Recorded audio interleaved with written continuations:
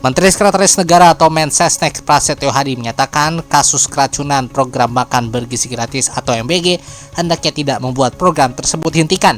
Malah semestinya harus direspons dengan mengevaluasi dan memperbaiki kekurangan yang ada, bukan menyetop program MBG.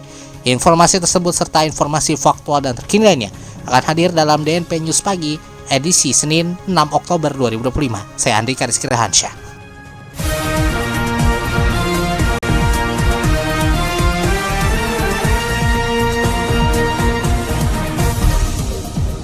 Selamat pagi Indonesia, kami buka DNP News pagi hari ini dari Jakarta Barat.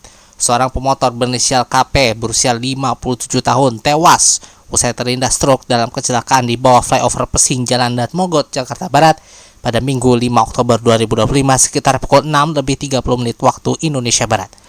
Kanit Gatkom Satlantas Polres Metro Jakarta Barat, AKP Joko Susilo mengungkap kecelakaan bermula saat korban tengah melintas dari arah Jalan Dat Mogot menuju Jalan Pangeran Tubagus Angke. Kemudian sepeda motor Honda bernomor polisi B3627BUX yang dikemudikan korban oleng ke kanan dan membuat jatuh dari kendaraannya. Tepat di samping kanan korban melintas sebuah truk box Isuzu bernomor polisi B9732UCZ yang tengah dikendarai oleh BD berusia 42 tahun menuju arah yang sama. Korban pun meninggal dunia di tempat. Polisi mengevakuasi jenazah korban ke RSUD Kabupaten Tangerang untuk dilakukan visum. Kepolisian melakukan olah TKP serta mencari saksi-saksi untuk dimintai keterangan lebih lanjut. Kita beralih ke Riau, sahabat DNP. Kecelakaan lalu lintas tunggal melibatkan mobil Fortuner terjadi di Jalan Tol Pekanbaru Bangkinang, Kabupaten Kampar Riau pada Minggu 5 Oktober 2025 sekitar pukul 13:40 waktu Indonesia Barat. Direktur Lalu Lintas atau Dirlantas Polda Riau, Kombes Taufik Lukman Nur Hidayat menjelaskan, kecelakaan disebabkan kendaraan yang melaju dengan kecepatan tinggi di tengah hujan deras. Saat itu, mobil Fortuner yang terlibat kecelakaan ini dikemudikan oleh seorang mahasiswa bernama Hamdi berusia 23 tahun. Taufik menjelaskan mobil tersebut bergerak dari arah Bangkinang menuju gerbang tol Sungai Pinang atau arah ke Pekanbaru. Sesampainya di kilometer 12,00B, mobil dengan nomor polisi A1134F tersebut tergelincir akibat kondisi jalan yang licin. Akibat kecelakaan tersebut, satu orang penumpang bernama Rusti berusia 47 tahun mengalami luka berat, sementara dua penumpang lainnya Zulhaizar berusia 48 tahun dan Lutfi Mulhakim berusia 23 tahun mengalami luka ringan. Ketiganya merupakan warga Kecamatan Kuok, Kabupaten Kampar. Kondisi mobil juga mengalami kerusakan berat dan kerugian materi diperkirakan mencapai 45 juta rupiah. Beruntungnya tidak ada korban jiwa dalam peristiwa ini. Tim patroli Jalan Raya atau PJR di Lantas Polda Riau bersama petugas utama karya segera menuju lokasi kejadian setelah menerima laporan. Taufik juga mengimbau kepada seluruh pengguna jalan untuk selalu waspada saat mengemudikan kendaraan terutama di jalan tol.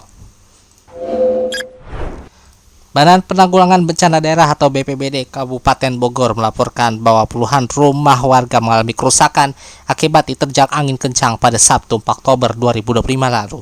Berdasarkan data sementara, sebanyak 95 rumah terdampak oleh bencana ini. Kerusakan tersebut terjadi di 6 kecamatan, diantaranya Taman Sari 14 rumah, Ciomas 17 rumah, Ciseeng 13 rumah, Rumpin 29 rumah, Cibung Pulang 1 rumah, dan Pamijahan 21 rumah. Kerusakan yang terjadi pun bervariasi, mulai dari rusak ringan, rusak sedang, hingga rusak berat. Rata-rata kerusakan terjadi pada bagian atap yang tertiup angin kencang atau tertimpa pohon tumbang. Selain rumah warga, beberapa fasilitas umum juga terdampak, termasuk pohon tumbang yang menghalangi jalan dan atap musola yang rusak. Hingga saat ini BPBD Kabupaten Bogor belum menerima laporan mengenai korban jiwa akibat angin kencang ini.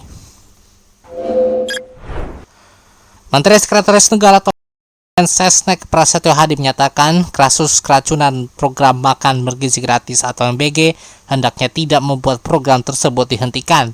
Menurutnya, kasus keracunan itu semestinya direspons dengan mengevaluasi dan memperbaiki kekurangan yang ada, bukan menyetop program MBG. Prasetyo beralasan hampir semua dapur atau satuan pelayanan pembunuhan gizi atau SPPG tidak melaksanakan SOP, sehingga terjadi banyak kasus keracunan MBG baru-baru ini. Politikus Partai Gerindra ini pun menegaskan bahwa pemerintah akan berupaya untuk menutup celah-celah yang memungkinkan terjadi keracunan MBG. Ia juga menambahkan peraturan presiden atau Perpres yang mengatur pelaksanaan program MBG bakal rampung dalam sepekan ke depan. yang mengklaim adanya perpres tersebut akan memperbaiki kekurangan MBG. Diketahui hingga saat ini 6.457 orang sudah terdampak keracunan menu program makan bergizi gratis atau MBG.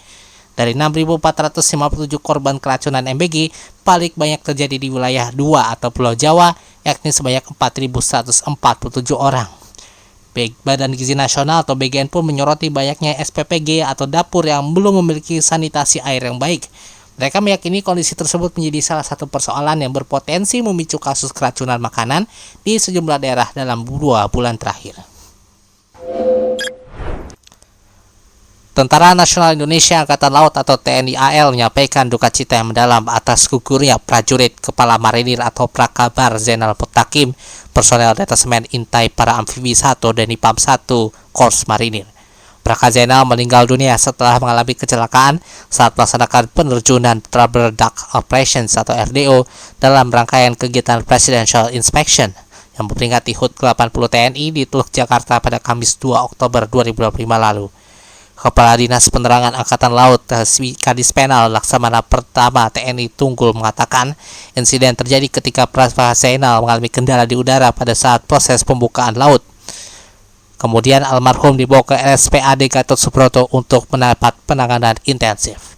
Selama 2 hari lanjut tunggu, tim medis berupaya menyelamatkan nyawa Praka Zainal yang sempat dalam kondisi sadar. Namun pada Sabtu 4 Oktober 2025 pukul 3:01 waktu Indonesia Barat, ia nyatakan meninggal dunia di RSPAD Gatot Subroto. Jenazah kemudian dimakamkan dengan upacara militer di kampung halamannya, Kabupaten Grobogan, Jawa Tengah. Sebagai bentuk penghormatan, TNI AL akan mengusulkan kenaikan pangkat luar biasa atau KPLB bagi almarhum atas jasa dan pengabdiannya selama bertugas. Yang menambahkan insiden ini menjadi pelajaran berharga bagi TNI AL untuk terus memperkuat aspek keselamatan dalam setiap operasi dan latihan. Kita beralih ke dunia internasional, sahabat DNP. Presiden Amerika Serikat Donald Trump mengumumkan bahwa Hamas siap melepaskan seluruh sandera yang ditahan sejak serangan 7 Oktober 2023.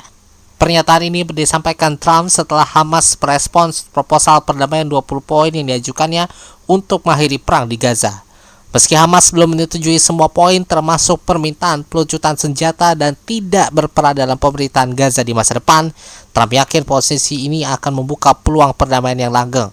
Ia juga mendesak Israel untuk segera menghentikan pengeboman di Gaza agar proses pembebasan sandera bisa berjalan aman dan cepat. Sementara itu dari pihak Israel, Perdana Menteri Benjamin Netanyahu menyampaikan kesiapan untuk melaksanakan tahap pertama rencana Trump untuk pembebasan sandera dan akan terus berkoordinasi penuh dengan tim Presiden Trump demi mengakhiri perang sesuai visi tersebut. Respons Trump ini datang hanya 1 jam setelah Hamas mengeluarkan penanggapan resmi atas rencana tersebut. Sebuah sumber dari Israel menyebut pernyataan Trump mengejutkan Netanyahu, bahkan menyebabkan militer Israel menghentikan sementara pengeboman di kota Gaza. Trump mengungkap langkah-langkah selanjutnya termasuk rencana penarikan pasukannya yang sudah disetujui Israel dan akan diberitahukan ke Hamas. Setelah Hamas mengonfirmasi persetujuan, gencatan senjata akan berlangsung dilakukan disertai proses pertukaran sandera dan tahanan secara bertahap. Trump menekankan peran negara-negara mediator seperti Qatar, Turki, Arab Saudi, Mesir, dan Yordania dalam upaya ini. Ia juga mengutus utusannya dan menantunya ke Mesir untuk membahas pembebasan sandera lebih lanjut.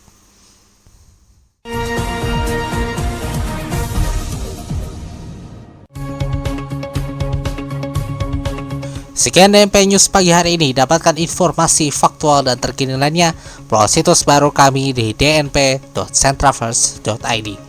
Wakili kerabat kerja yang bertugas, saya Andika Rizky Rahansyah. Terima kasih atas perhatian dan kebersamaan Anda. Tetap selalu dengarkan podcast-podcast DNP Integrated News, lebih informatif, lebih terinformasi. Selamat pagi Indonesia dan selamat beraktivitas.